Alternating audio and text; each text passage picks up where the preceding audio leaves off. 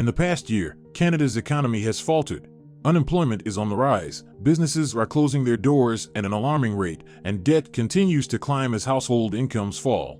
The Canadian economy is in a crisis state, and it's all thanks to Justin Trudeau and his mismanagement of our nation's finances. Since coming into office in November of 2015, Trudeau has made multiple unwise decisions that have crippled our economy. His reckless spending habits have left Canada with a staggering deficit, and our national debt is projected to reach $850 billion by the end of this year alone, according to Trading Economics' global macro models and analysts' expectations. As the old saying goes, you can't manage what you don't measure. The same is true for a government. You can't manage what you don't measure, and in Canada right now, there are red flags everywhere. It is clear that the Trudeau government is incompetent when it comes to managing the economy. They are putting Canada on a path of decline, and it is time for them to be replaced. Canadians deserve better. Welcome to Savvy Economists. In this video, we will take a look at how Prime Minister Justin Trudeau is mismanaging Canada's economy and finances. Don't forget to please watch, like, and share this video if you enjoy it. Also, leave your comments and thoughts below, and don't forget to subscribe to the channel for more related content similar to this. There is no doubt that Trudeau is mismanaging Canada's economy and finances. The government's deficit is ballooning, the national debt is growing, and taxes are rising. Meanwhile, economic growth is stagnant, and jobs are being lost. Trudeau's policies are clearly not working, and it's time for a change. One of the ways Trudeau is mismanaging the economy is by running large deficits. The government is spending more money than it is taking in, and this is unsustainable in the long run. The deficit for the 2022 to 2023 fiscal year is projected to be $52.8 billion, and with time, if the situation that is currently going on changes, it is predicted to fall to $8.4 billion by 2026 to 27. The federal per-person debt has been projected to be $47,070 in 2022, and according to a post by Trading Economics, the government debt is expected to reach $700 billion in 2023 and $600 billion in 2024. This is simply not sustainable. Second, Trudeau is raising taxes on Canadians. His carbon tax is hitting families and businesses hard, and his income tax hikes are making it difficult for people to get ahead. A recent post by the Conservative Party claimed that Governor of the Bank of Canada, Tiff Macklem, has now acknowledged their statement of many years that the Liberal carbon tax is majorly making life more costly for many Canadians. The government should be doing everything it can to reduce taxes, not raise them. Third, Trudeau is failing to create jobs. The unemployment rate is still above 5% as of August 2022, and there are more than 1.1 million Canadians looking for work. According to an August data post by Trading Economics, the unemployment rate in Canada has been projected to reach an estimated 5.6% and 5.5% in 2023 and 2024, respectively.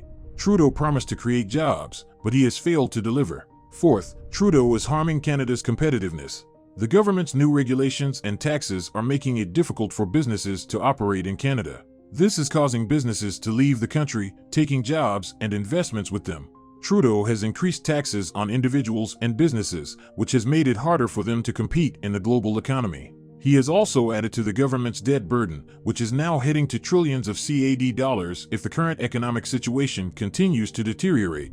Trudeau's policies have resulted in slower economic growth, which means that Canada is not creating the jobs and opportunities that it should be. An April post by Bloomberg revealed the budget plan by Finance Minister Chrystia Freeland, which was backed by Trudeau. Based on the plan, a one-time windfall levy and permanent increase in the income tax rate were imposed on Canada's major banks and insurance companies. This action will enforce an additional payment of 6.1 billion Canadian dollars, $4.8 billion, and tax over 5 years by insurance companies and banks. This is so ridiculous with the fact that Trudeau also supported these policies. All of this is harming Canada's competitiveness and making it harder for Canadians to succeed. Trudeau needs to make changes to his policies and approach if he wants to improve Canada's competitiveness and help Canadians prosper. Also, the Liberal government's lack of action on the housing crisis is making life unaffordable for many Canadians. The average price of a home in Canada has increased by more than 30% in the past 5 years, while incomes have only increased by about 15%, and there is no end in sight.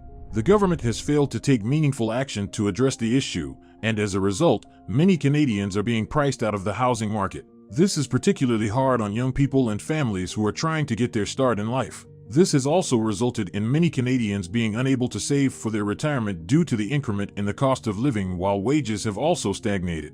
This has put a lot of pressure on families, especially those who are already struggling to make ends meet. The government needs to do more to make housing affordable for all Canadians. Trudeau's support for supply management is costing Canadians billions of dollars. The system, which artificially restricts the supply of certain agricultural products, drives up prices for consumers. In 2016, former Auditor General of Canada Michael Ferguson estimated that the system added about $4.3 billion to the cost of food for Canadian households.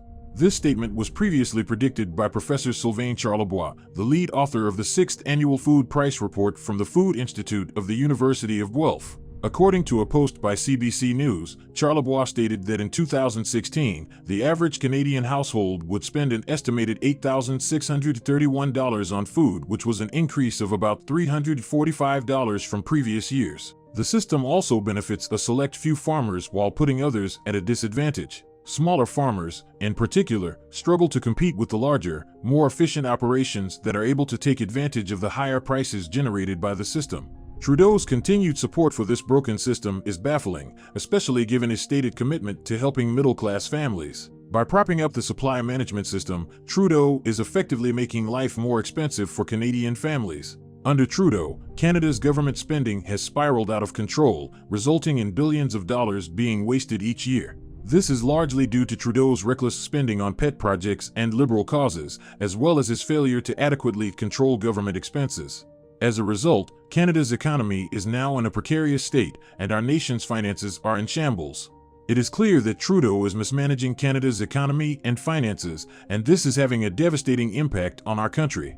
Despite the fact that Justin Trudeau is considered favorably by some Canadians and foreign observers, he is hated by a large number of Canadians. Many Canadians hate Trudeau, and we need to align with their opinions. They feel that he is out of touch with their needs and concerns, and that he is more interested in photo ops and grandstanding than in actually governing. For one, he is seen as a privileged rich kid who doesn't understand the struggles of everyday people. He also doesn't seem to be very competent, and his handling of the SNC-Lavalin scandal was seen as a major failure.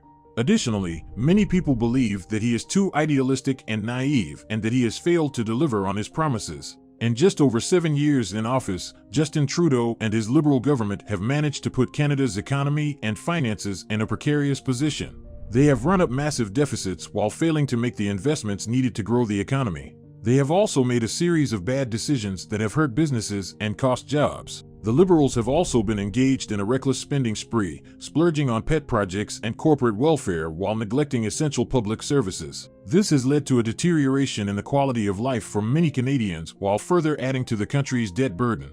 All of this has put Canada in a very weak position when it comes to dealing with the challenges of the future. The economy is not growing fast enough to make a real dent in the deficit, and the government is borrowing more and more money just to keep the lights on. The situation is not sustainable, and it is clear that Trudeau is not the right person to manage Canada's economy. He is making all the wrong decisions, and the country is paying the price. What do you think of the abysmal Trudeau's government? Feel free to let us know in the comments section below. Thank you for watching. See you next time.